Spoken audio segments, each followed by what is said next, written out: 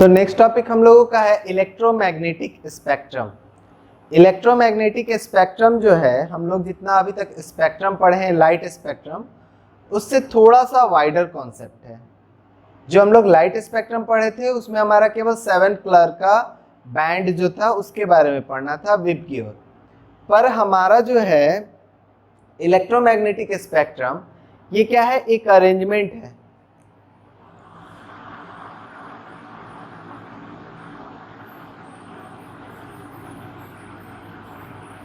The arrangement of all the electromagnetic radiation, जितने भी electromagnetic radiations हैं उनका in increasing order of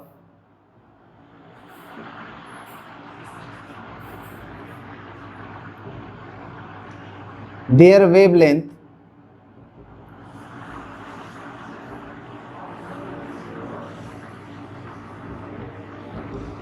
or decreasing order of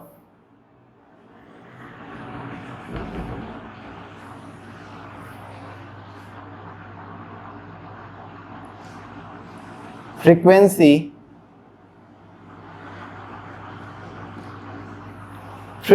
पर ही उसका एनर्जी डिपेंड करेगा।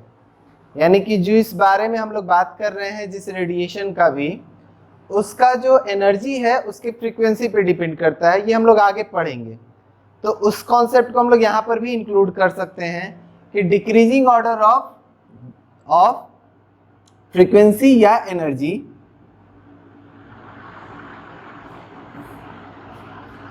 इज नोन एज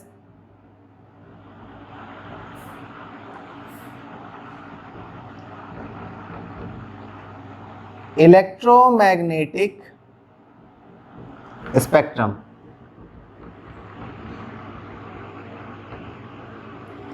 जितने भी तरह के इलेक्ट्रोमैग्नेटिक रेडिएशंस अभी हमें पता है उनमें अरेंजमेंट करना increasing order of their wavelength increase करेगा, decreasing order of frequency decrease करेगा, या एनर्जी का डिक्रीजिंग ऑर्डर में अरेंज कर देना हमारा जो है इलेक्ट्रोमैग्नेटिक स्पेक्ट्रम कहा जाता है। हम लोगों ने लाइट से जुड़ा हुआ एक फॉर्मूला पढ़ा, C is equal to lambda mu. C is equal to lambda mu. तो अगर हम लोग देखें तो speed of light is constant, since C is constant, तो हमारा क्या आ गया, लैम्डा C बाई म्यू, तो lambda inversely proportional 1 by new.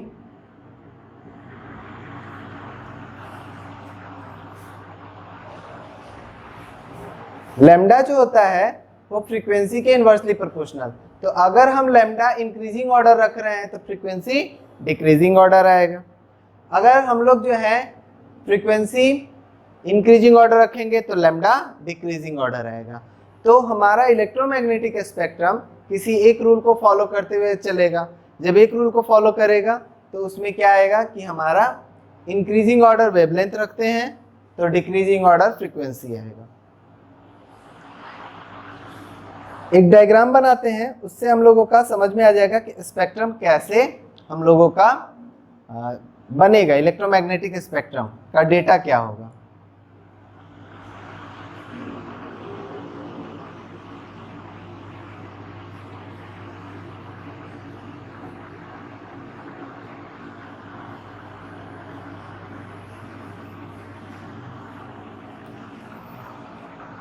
यहां पर मैंने एक वेव बनाया है। इफ पॉसिबल एम्पलीट्यूड सेम रखना।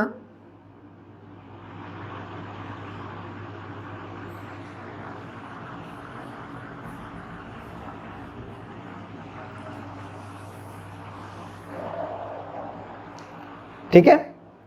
इसमें अगर हम लोग देखें तो क्या हो रहा है, वेवलेंथ धीरे धीरे धीरे धीरे हम इंक्रीज किए हैं। इसी तरह के इंक्रीजिंग वेवलेंथ में हमारा इलेक्ट्रोमैग्नेटिक जो है रेडिएशंस को अरेंज करना है, और इसी तरीके से हमारा जो है तैयार होगा इलेक्ट्रोमैग्नेटिक स्पेक्ट्रम। तो इलेक्ट्रोमैग्नेटिक स्पेक्ट्रम में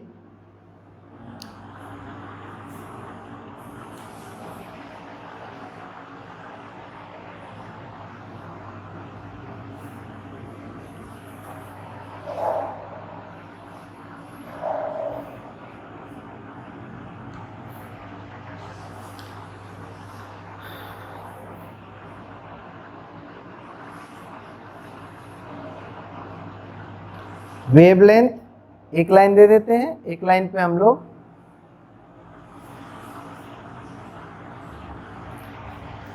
frequency,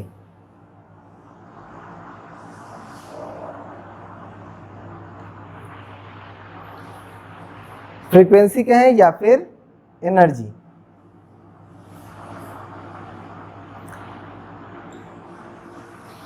frequency left to right जाएंगे तो क्या है, डिक्रीज करना है।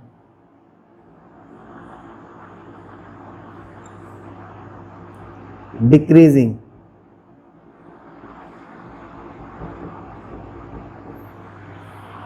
और वेवलेंथ क्या करना है, इंक्रीज करना है।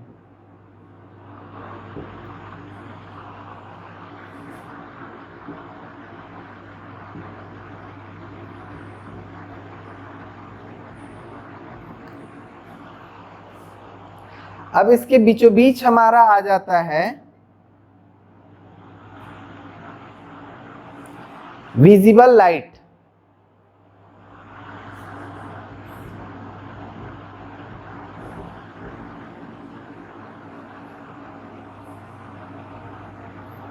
विजिबल लाइट जो हम लोग स्पेक्ट्रम पढ़े वो एक्चुअली अभी तक सिर्फ इतने पार्ट को हम लोग पढ़े थे, और ये क्या था इसका रूल, विबग्योर।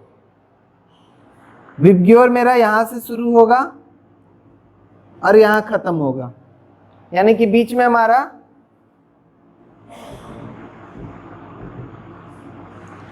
इस तरह विबग्योर। अब विबग्योर में वायलेट से पहले और रेड के बाद का हम लोगों को पता है, रेड के बाद हमारा आता है इंफ्रारेड।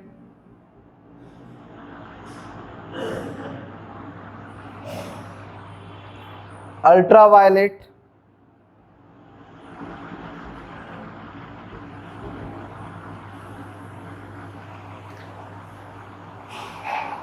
अब ध्यान देना हम लोग जो है रिमोट वगैरह में जो यूज करते हैं वो हम लोग यूज करते हैं इंफ्रारेड रेडिएशन, IR।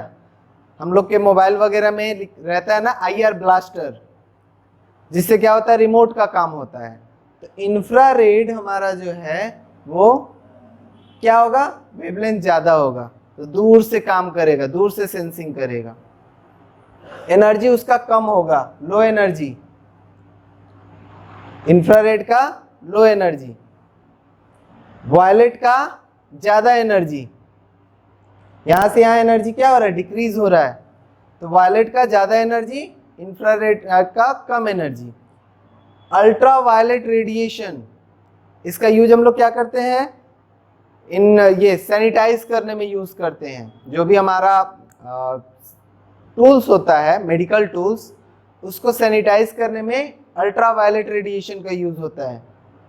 या अभी हम लोग देखें कि ओजोन जो है उसमें कुछ समय पहले तक हम लोग सुन रहे थे कि ओजोन में छेद हो गया है, एक्चुअली में ओजोन लेयर पतला हो गया है। ठीक है, रियल वर्ड ये है, छेद कोई सेंस नहीं रखता है, क्योंकि एयर में क्या छेद करेंगे, वो तो वापस आ जाएगा। तो ओजोन लेयर पतला हो गया है, तो वहां से हमारा वायलेट कलर अर्थ पे पहुंचने लगा था, जिसके वजह से लोगों के बीच कैंसर होने लगा। तो ये वायलेट का एनर्जी ज्यादा होने की वजह से जो है वो हमारे लिए हार्मफुल है। रेड कलर हमारे पास पहुंचता है, इंफ्रारेड हमारे पास पहुंचता है, बॉडी पे हमारे फॉल करता है, तो इसका एनर्जी कम होता है, ये इतना हार्मफुल नहीं है। तो विजिबल लाइट में वायलेट से लेकर रेड, रेड के बाद आया इंफ्रारेड जिसका वेवलेंथ ज्यादा होगा, अल्ट्रावायलेट वेवलेंथ कम होगा, इसका एनर्जी ज्यादा होगा, इसका एनर्जी कम होगा।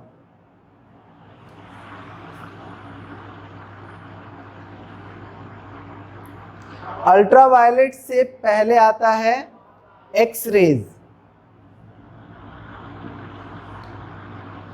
जिसका इस्तेमाल हमारे बॉडी पर जो है एक्सरे स्कैनिंग के दौरान किया जाता है। हड्डी वगैरह का जो है स्कैनिंग करना होता है तो एक्सरेज जो इस्तेमाल होता है वो यहाँ पर होता है। उसका वेवलेंथ अल्ट्रावायलेट से भी कम होता है एंड उसका फ्रीक्वेंसी अल्ट्रावायलेट से ज़्यादा होता है एंड उसका जो है एनर्जी अल्ट्रावायलेट से ज़्यादा होता है। ये हमारे लिए इसलिए हार्मफुल है। इसके बाद आता है गामा रेज। गामा रेज का जो है वेवलेंथ एक्स रेज से कम होता है। देखो ये डायग्राम, वेवलेंथ कम होता है, फ्रीक्वेंसी ज्यादा होता है। एक्स रेज से ज्यादा फ्रीक्वेंसी होता है गामा रेज का। गामा रेज से भी ज्यादा होता है कॉस्मिक।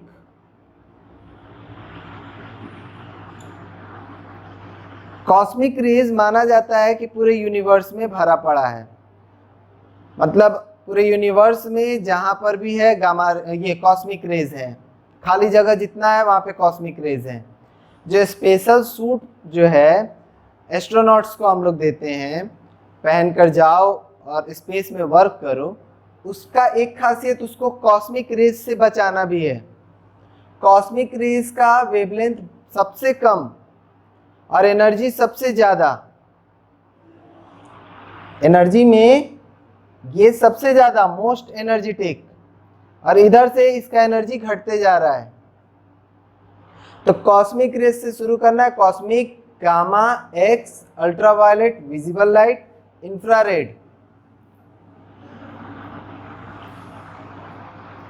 इंफ्रारेड के बाद आता है हमारा माइक्रोवेव्स।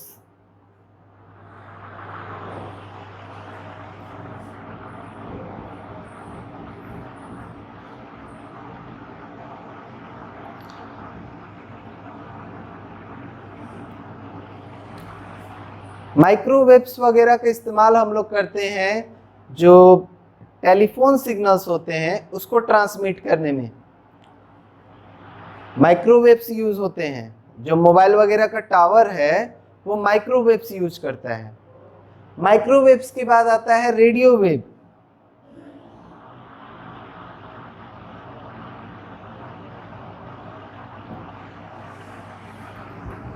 रेडियो वेव जो है उसका वेवलेंथ सबसे ज्यादा दूरी तक ये ट्रेवल कर सकता है और सबसे कम एनर्जी इसका होता है, यानी कि सबसे कम एनर्जी के साथ सबसे ज्यादा ट्रेवल कर सकता है।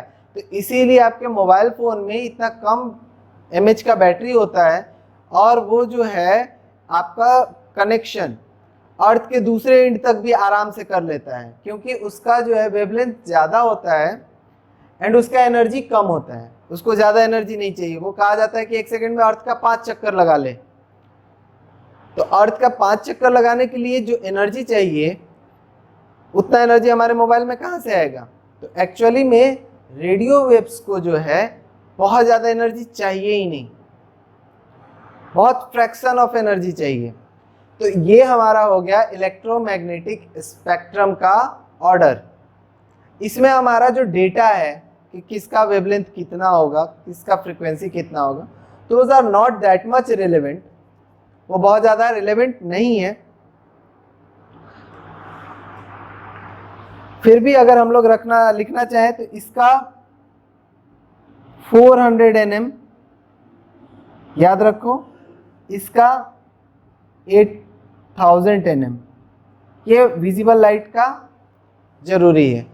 400 से 8000 8000 नहीं 700, 400 से 800 nm, 800 nm 700 nm चलेगा। ये जरूरी है क्योंकि इस पर अभी हम लोगों का बहुत सारा न्यूमेरिकल्स आएगा। ओके, एक छोटा सा एग्जांपल हम देंगे ताकि आगे का जो हम लोगों का कॉन्सेप्ट है वो समझना थोड़ा आसान हो जाए। एक हाथी है और 4 अंधे हैं, 4 ब्लाइंड पीपल हैं और एक एलिफेंट है। वो जा रहे हैं और रास्ते में उनको हाथी मिल गया। अब ये 4 ब्लाइंड पीपल जब उस एलिफेंट से मिलते हैं तो एक ब्लाइंड पीपल जो है वो क्या किया, उसका पैर पकड़ा। एक ब्लाइंड पीपल उसके सूंड को टच करता है, एक ब्लाइंड पीपल उसके पेट को टच करता है, एक ब्लाइंड पीपल उसके पूंछ को टच करता है। तो क्या होगा? अब उनसे पूछा जाए कि तुम जो है रास्ते में किससे मिले, तो बोलेंगे हाथी से मिले। एंड देन वो चारों जो ब्लाइंड पीपल हैं एलिफेंट के बारे में क्या बताएंगे? चारों अंधे क्या करेंगे? अपना अपना ऑब्जर्वेशन देंगे। एक अंधा बोलेगा कि हम जिस जानवर से मिले वो तो खंबे की तरह था जिसने पैर पकड़ा। तो हाथी जो है ना खंबा होता है, खंबा की तरह जानवर है, ऐसा जानवर है जो खंबे की तरह होता है। एक जो है पेट जब पकड़ा तो वो क्या कहेगा कि हम जिस जानवर से मिले वो तो जो है बिल्कुल ड्राम की तरह है। एक जो है पूंछ पकड़ा, वो बोला कि नहीं तुम गलत बोल रहे हो, हाथी कैसा है? तो पतले से पूंछ की तरह है, सांप की तरह है, हाथी सांप की तरह होता है।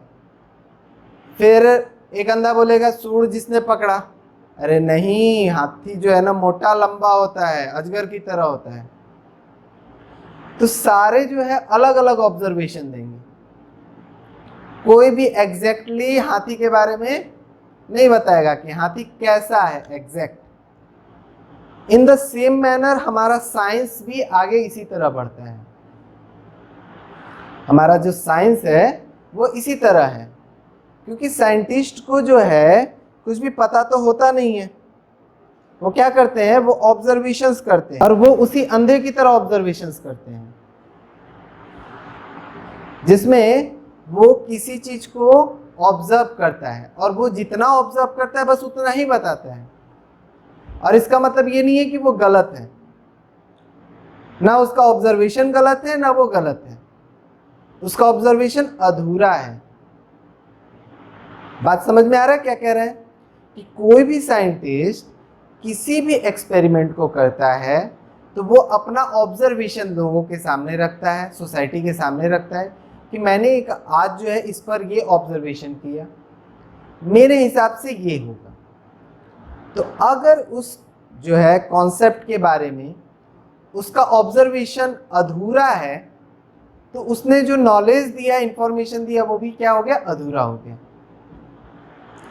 उसी तरह इलेक्ट्रोमैग्नेटिक रेडिएशंस के बारे में साइंटिस्ट अलग अलग ऑब्जर्वेशन किए और अलग अलग जो है कॉन्सेप्ट पुट फॉरवर्ड किए कि मेरे हिसाब से इलेक्ट्रोमैग्नेटिक रेडिएशन ऐसा है, मेरे हिसाब से इलेक्ट्रोमैग्नेटिक रेडिएशन ऐसा है।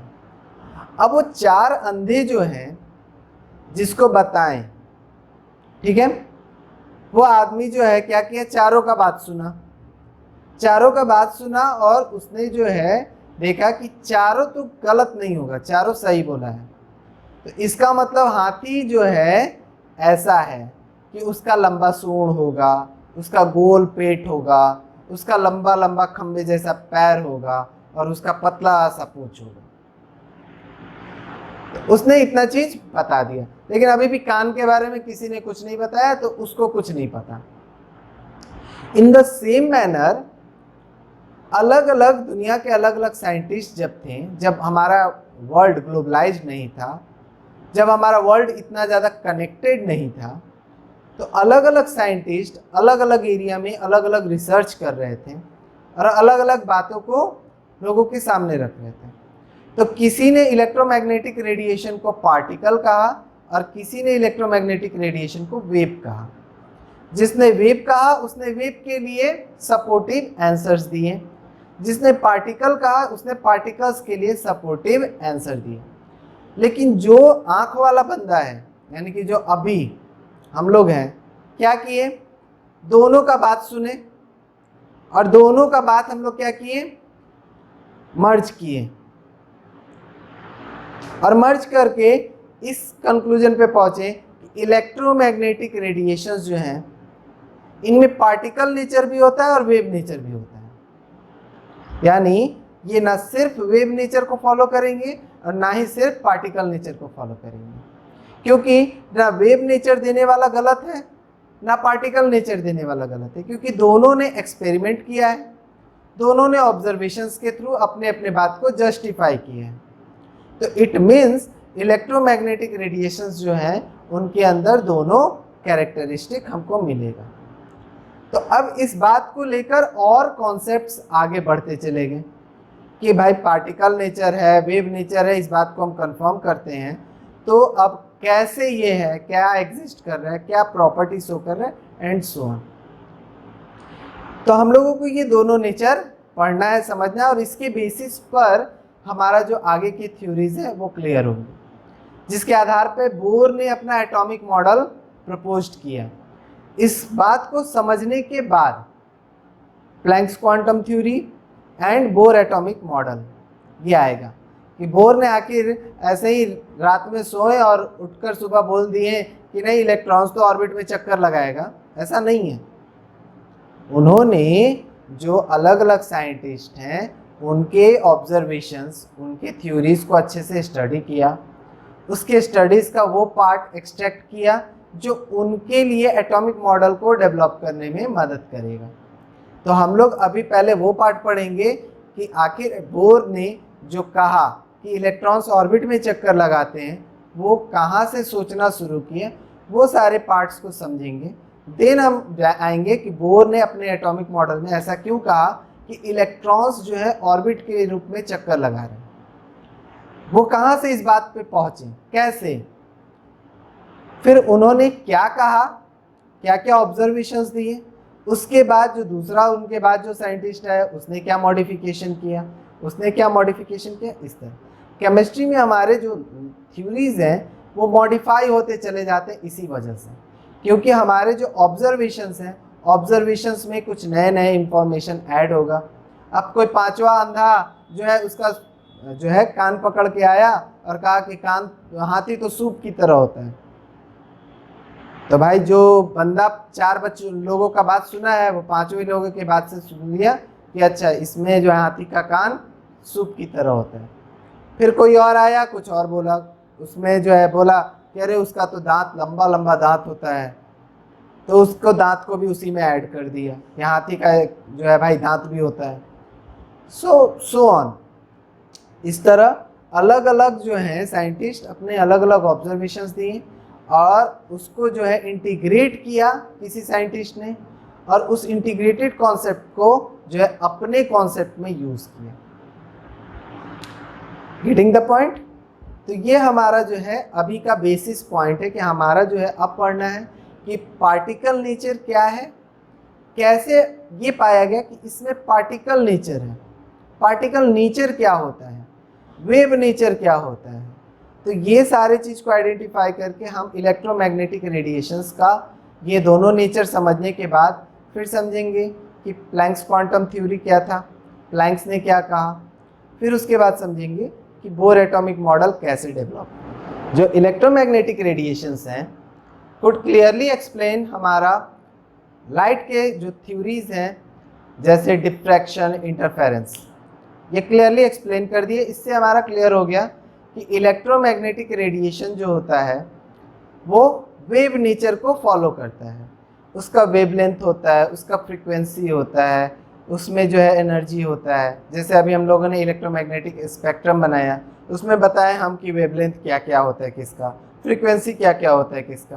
तो ये सारे बात जो है इस बात को सपोर्ट कर रहे थे कि electromagnetic radiation is a form of wave, वो एक तरह का वेव है।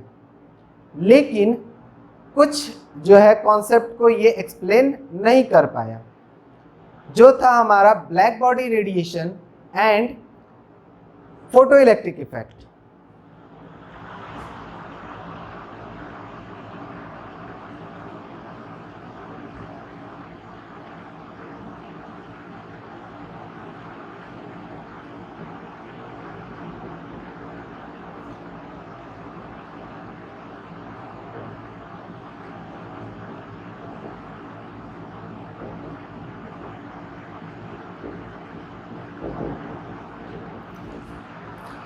ये दो कॉन्सेप्ट को इलेक्ट्रोमैग्नेटिक रेडिएशन एक्सप्लेन नहीं कर पाया on the basis of wave.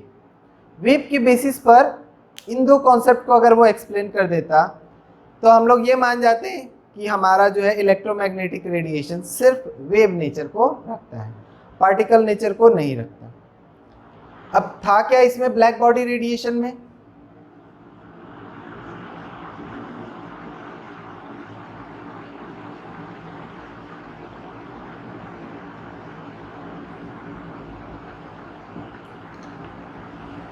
Black body मतलब वही ब्लैक कलर का ऑब्जेक्ट, ये जो होते हैं गुड एब्जॉर्बर होते हैं, और जो गुड एब्जॉर्बर होगा वही गुड इमिटर होगा।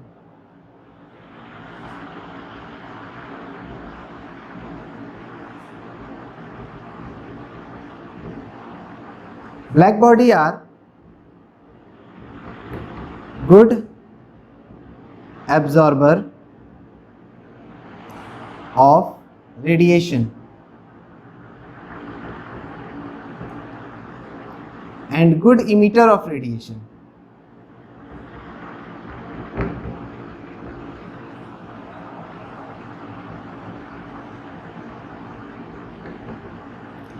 ब्लैक बॉडी जो है ये हमारे रेडिएशन को जितना अच्छा जो है एब्जॉर्ब करेगा उतना ही ज़्यादा इमिट करता है। तो जो एनर्जी ज़्यादा एब्जॉर्ब कर रहा है वो ज़्यादा एनर्जी रेडिएट कर रहा है।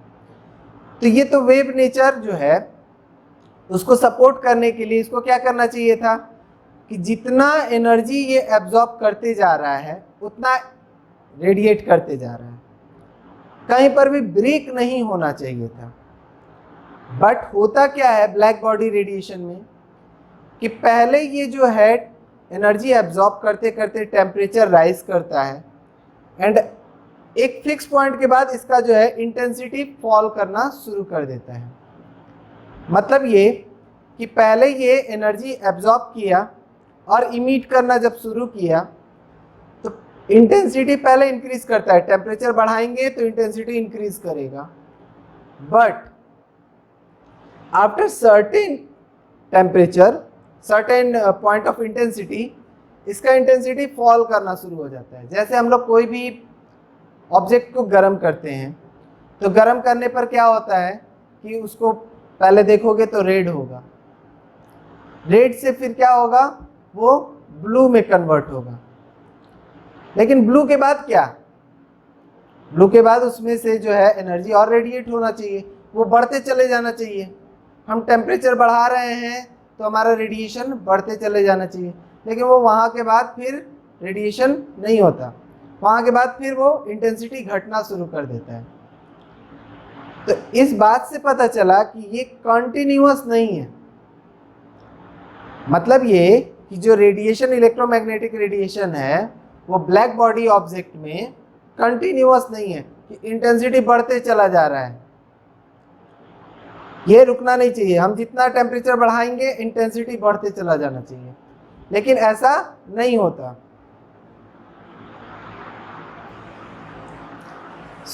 इसमें हमारा क्या ऑब्जर्वेशन आया,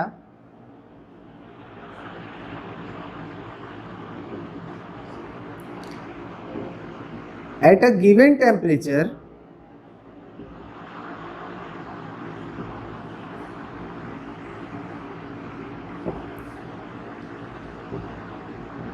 the intensity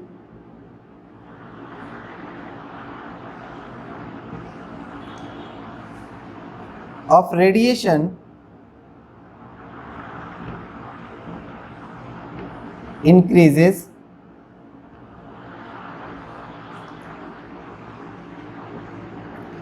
reaches to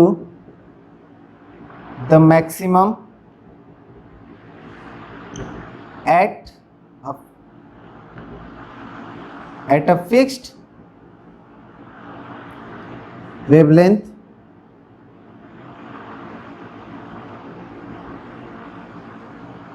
then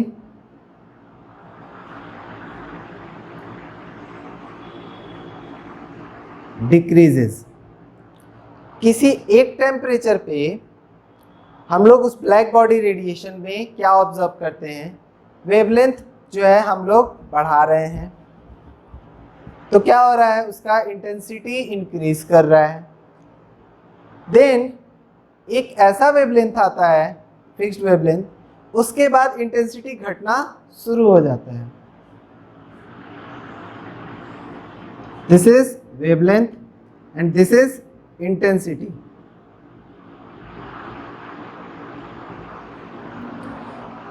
wavelength बढ़ा रहे हैं, इंटेंसिटी बढ़ रहा है एंड देन घट रहा है।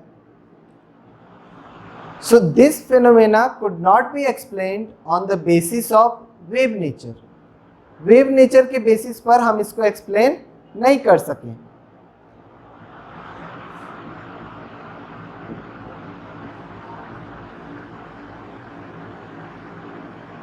This phenomenon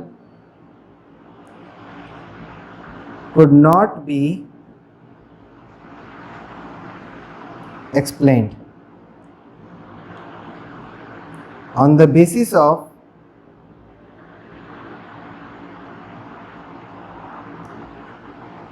wave nature. कि आखिर ऐसा क्यों हुआ? क्योंकि अगर इसमें वेव नेचर होता, सिर्फ वेव नेचर, तो ये या तो सिर्फ बढ़ते रहता या तो सिर्फ घटते दिखता, हमको ये पिक नहीं ऑब्जर्व होता। इसका मतलब कहीं पर जाकर इसका जो है नेचर में चेंज आ रहा है। जो classical concept of wave nature है वो ये कह रहा था कि हमारा एनर्जी जो है वो कंटिन्यूअसली एब्जॉर्ब होगा या कंटिन्यूअसली रेडिएट होगा, वो डिस्क्रीट फॉर्म में नहीं होगा, मतलब टुकड़े टुकड़े में नहीं होगा। ये क्लासिकल वेव नेचर था। अभी हम लोगों ने पढ़ा कि लैम्डा जो है 1/μ था, इन्वर्सली प्रोपोर्शनल है फ्रीक्वेंसी के, और मैंने बताया कि फ्रीक्वेंसी और एनर्जी एक साथ जो है एक जैसा हमारा होता है, एनर्जी फ्रीक्वेंसी पे डिपेंड करता है। आगे ये आया, प्लैंक्स ने दिया, तो हमारा जो है लैम्डा इन्वर्सली प्रोपोर्शनल हो जाएगा एनर्जी के भी। फिलहाल के लिए इतना याद रखो। तो अगर यहां से देखें तो हमारा क्या हो रहा है, लैम्डा इंक्रीज कर रहा है, लैम्डा मेरा एक्स एक्सिस पर इधर बढ़ेंगे तो इंक्रीज करेगा, और एनर्जी क्या हो रहा है, डिक्रीज का ग्राफ दे रहा है। सो ये पार्ट तो मेरा वेव नेचर को फॉलो कर रहा है, but this part is not following our wave nature. इस पॉइंट के बाद हमारा क्या हो रहा है, हमारा वेव नेचर के अपोजिट बात हो रहा है कि वो जो है हमारा वेवलेंथ बढ़ने पर यहां से यहां वेवलेंथ बढ़ा रहे हैं और एनर्जी इंक्रीज कर रहा है। So this part is discarding our classical wave theory, जो ये कह रहा था कि एनर्जी कंटिन्यूअसली एब्जॉर्ब होता है या कंटिन्यूअसली रेडिएट होगा in the form of wave. Next particle nature को सपोर्ट करने वाला जो हमारा कॉन्सेप्ट है वो है हमारा photo electric effect.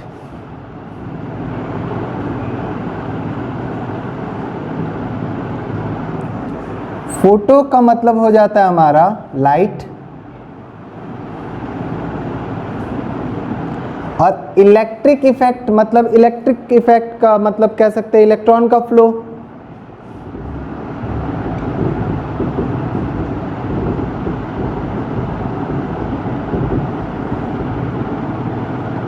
Flow of electron, start हो या एंड हो।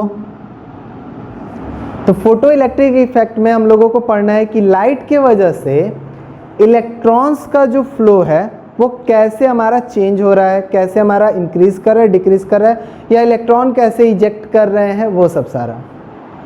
तो इसके लिए कहा गया कि the phenomenon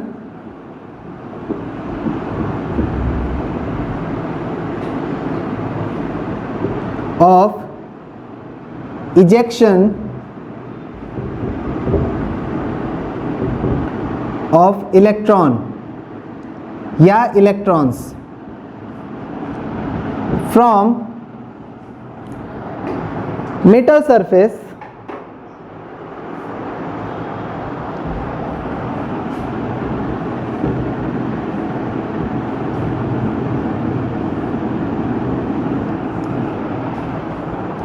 when light of suitable frequency, when light of suitable frequency या energy falls on it is called photoelectric effect.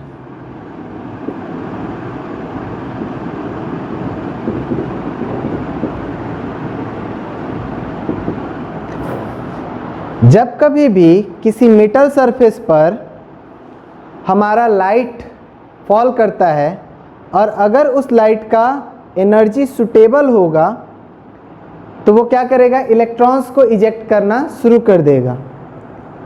और इस फिनोमेना यानी कि इस जो है नेचुरल ऑब्जर्वेशन को हम लोग कहते हैं फोटो इलेक्ट्रिक इफेक्ट।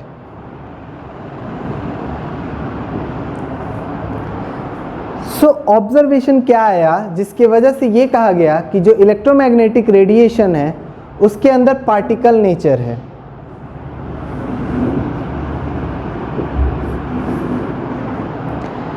जैसे जैसे हम लाइट उस पर फॉल कराएंगे मेटल पर, वैसे वैसे क्या होगा, उसका टेम्परेचर इंक्रीज करना चाहिए, उस पर एनर्जी इंक्रीज करना चाहिए एंड उसके बाद इलेक्ट्रॉन्स का इजेक्शन शुरू हो जाना चाहिए। हम कितने भी इंटेंसिटी का या कोई भी कलर का लाइट अगर हम डालें तो उस पर जो है इलेक्ट्रॉन्स का इजेक्शन होने लगना चाहिए, लेकिन ऐसा ऑब्जर्व नहीं होता, ऐसा ऑब्जर्व नहीं होता। क्यों? पार्टिकल नेचर अगर उसके अंदर नहीं है, उसके अंदर सिर्फ वेव नेचर है। जो हम लोग इलेक्ट्रोमैग्नेटिक वेव्स पढ़ें तो अगर वेव नेचर है तो उसका वेव का इंटेंसिटी अगर हम बढ़ाएंगे तो ज़रूरत भर एनर्जी दे देना चाहिए। मान लेते हैं कि इलेक्ट्रॉन्स को निकालने के लिए 10 जूल एनर्जी चाहिए, तो 10 जूल एनर्जी हम रेड लाइट से भी तैयार कर सकते हैं, येलो लाइट से भी तैयार कर सकते हैं, ग्रीन लाइट से भी तैयार कर सकते हैं, वायलेट लाइट से भी तैयार कर सकते हैं। लेकिन जो 10 जूल का एनर्जी है अगर हम लोग रेड लाइट से तैयार कर रहे हैं किसी मेटल पर तो उतना उससे इलेक्ट्रॉन नहीं निकल रहा है, उतना का बात ही छोड़ो, उससे इलेक्ट्रॉन ही नहीं निकलता। लेकिन वही जो है येलो लाइट अगर हम डालें तो उससे इलेक्ट्रॉन्स निकलना शुरू हो जाते हैं, एकदम फेंट भी है तो भी, मतलब लाइट मेरा हल्का भी है इंटेंसिटी का तो भी इलेक्ट्रॉन्स इजेक्ट कर दे रहा है। लेकिन हम उससे ज़्यादा का दे रहे हैं तो ऑब्जर्वेशन हमारा बदल जा रहा है, उससे कम का दे रहे हैं, इंटेंसिटी बढ़ा दे रहे हैं तो मेरा ऑब्जर्वेशन बदल जा रहा है। तो इसका मतलब हमारा इलेक्ट्रोमैग्नेटिक रेडिएशन में सिर्फ वेव नेचर नहीं है, उसके अंदर पार्टिकल नेचर भी है, उसके पास फिक्स अमाउंट ऑफ एनर्जी है। फिक्स अमाउंट ऑफ एनर्जी अगर है इट मीन्स कि जो इलेक्ट्रोमैग्नेटिक रेडिएशन है वो छोटे छोटे पैकेट्स के रूप में ट्रैवल कर रहा है, वो जो है छोटे छोटे पैकेट्स के रूप में ट्रैवल कर रहा है जिसका अपना एनर्जी का जो क्वांटिटी है वो फिक्स है। आया समझ में? अब जैसे मान लेते हैं कि कोई शीशा है, उस शीशे को तोड़ना है, ठीक है, हम अगर जो है एक रबड़ का हैमर ले लें और पीटते रहें वो नहीं टूटने वाला। लेकिन जैसे ही अगर हम जो है कोई नोकीला हैमर ले लें, हल्का सा भी तोड़ेंगे, हिट करेंगे, टूट जाएगा। तो क्या डिफरेंस आया कि दोनों का मटेरियल नेचर अलग अलग है, इस वजह से इम्पैक्ट अलग अलग पड़ा। तो उसी तरह रेड लाइट से हम कर रहे हैं तो इलेक्ट्रॉन इजेक्ट नहीं हो रहे हैं, वही अगर येलो लाइट कर दे रहे हैं तो इलेक्ट्रॉन इजेक्ट कर जा रहा है। इसका मतलब उसके अंदर भी जो है कुछ ना कुछ मटेरियल नेचर है, उसके अंदर पार्टिकल नेचर है। क्लियर? तो ऑब्जर्वेशन क्या था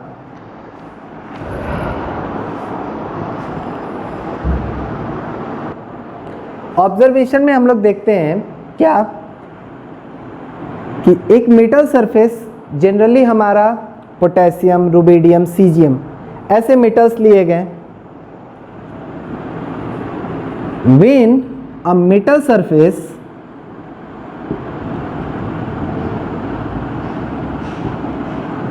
लाइक पोटेशियम, रुबिडियम, सीजियम, इनका जो है आयोनाइजेशन एनर्जी कम होता है, इसलिए इनको लिया गया। Is exposed to light of any brightness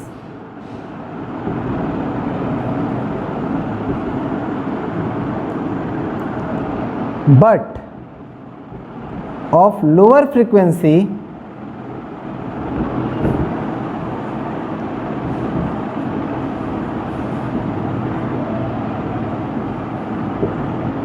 than that of desired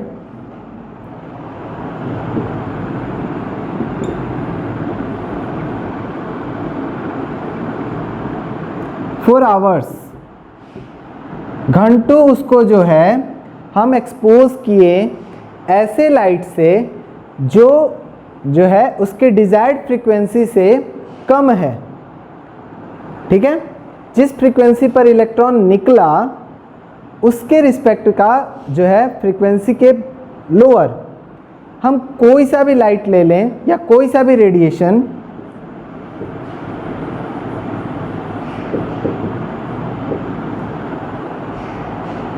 घंटों हम उस पे एक्सपोज कर दिए,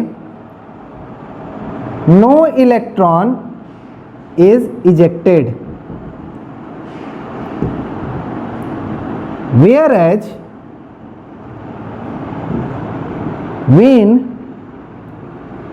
radiation of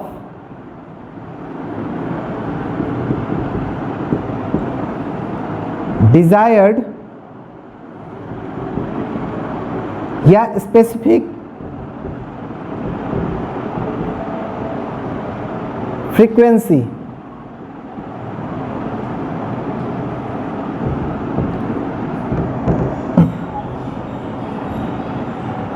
of very low brightness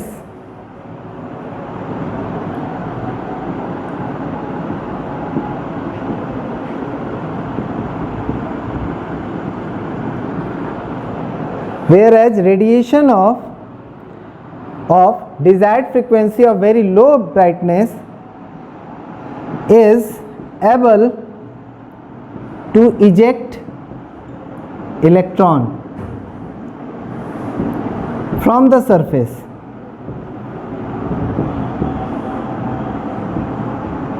ये सरफेस से इलेक्ट्रॉन इजेक्ट करा सकता है।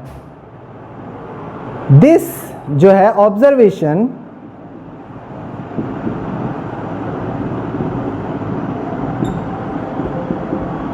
Do not support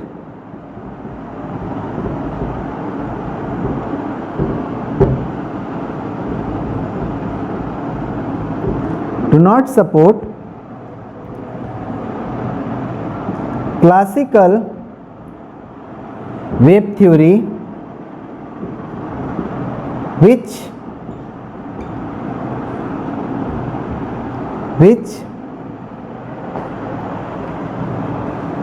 states only wave nature in EM radiation। अगर रेडिएशन में सिर्फ वेव नेचर होता तो हम रेड, अगर मान लेते हैं यहाँ रेड कलर ले लेते हैं एक एग्जांपल में, रेड कलर का लिए और उसका ब्राइटनेस बढ़ाएं और थोड़ा समय ज़्यादा दिए तो इलेक्ट्रॉन्स इजेक्ट होने लगना चाहिए था, पर ऐसा हम लोग ऑब्जर्व नहीं किए। हम लोग जो है कोई सुटेबल जो है लाइट या रेडिएशन उससे कम फ्रीक्वेंसी वाला हम रेडिएशन उठाएं और उससे घंटों मेटल के ऊपर उसको डालते रह गए कोई इलेक्ट्रॉन इजेक्ट नहीं हुआ। वहीं हम लोग जो है सूटेबल जो है रेडिएशन जब डालें और एकदम हल्का जो है ब्राइटनेस का डालें तो भी हमारा इलेक्ट्रॉन इजेक्ट कर गया। तो इससे क्या हुआ, ये जो है क्लासिकल वेव थ्योरी को सपोर्ट नहीं कर रहा है, जिसमें सिर्फ वेव नेचर को कंसीडर किया गया। This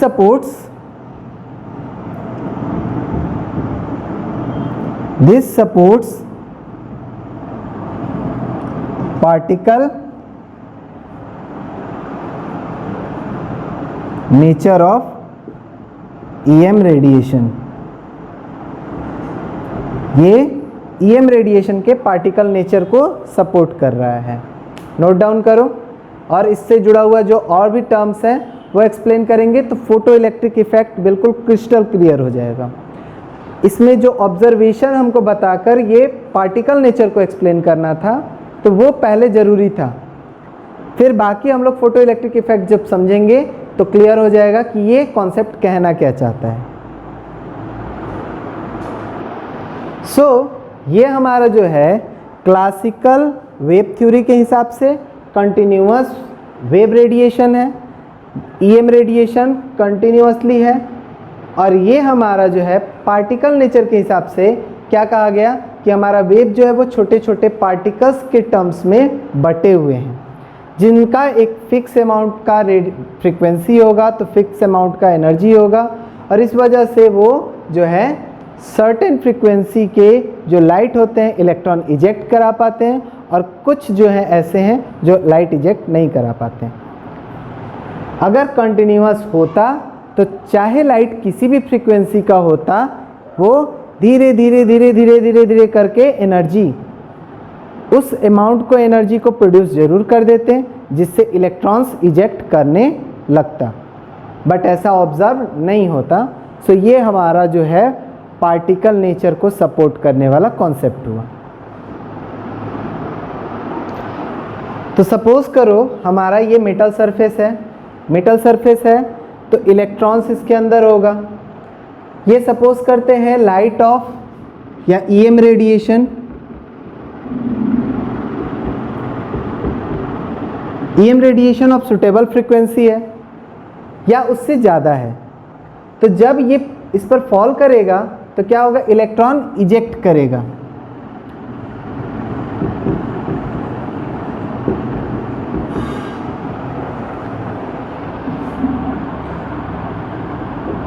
When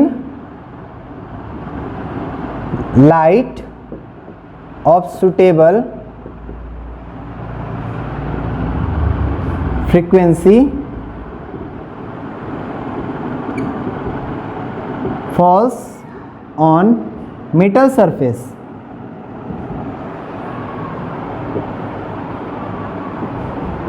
electron is ejected.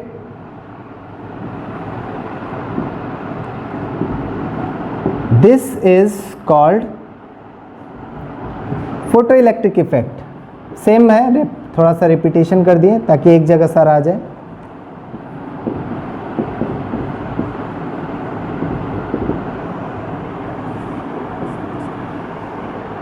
उसको हम लोग फोटोइलेक्ट्रिक इफेक्ट का नाम दिए। जो इजेक्टेड इलेक्ट्रॉन है, the ejected is called photoelectron।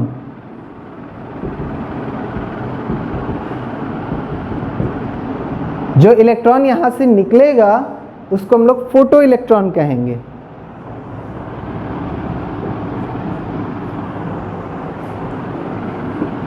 The suitable frequency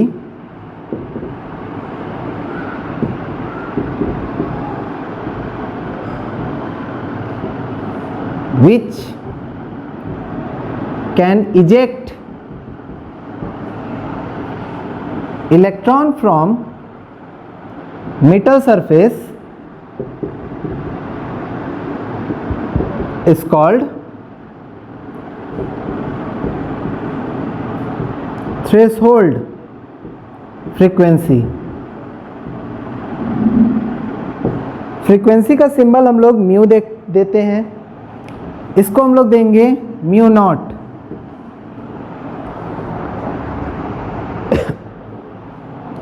या फिर इस तरह भी लिखते हैं,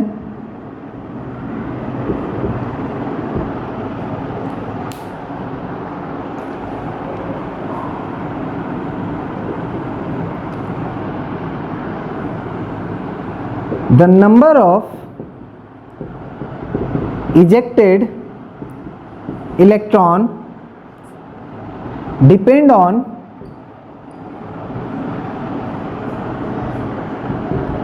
intensity of suitable frequency।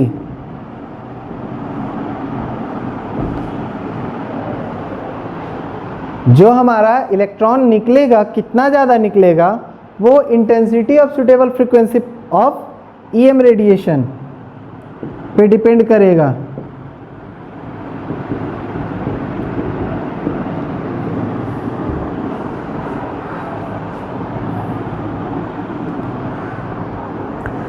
The minimum amount of energy required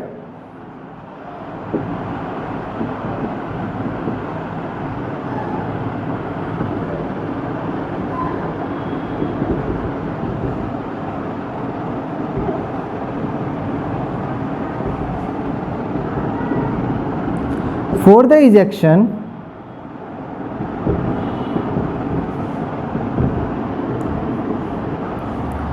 of electron is called threshold energy।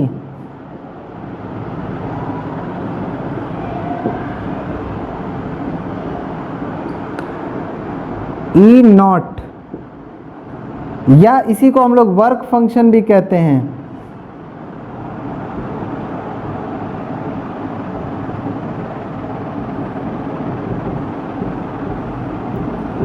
या आयोनाइजेशन पोटेंशियल भी आएगा।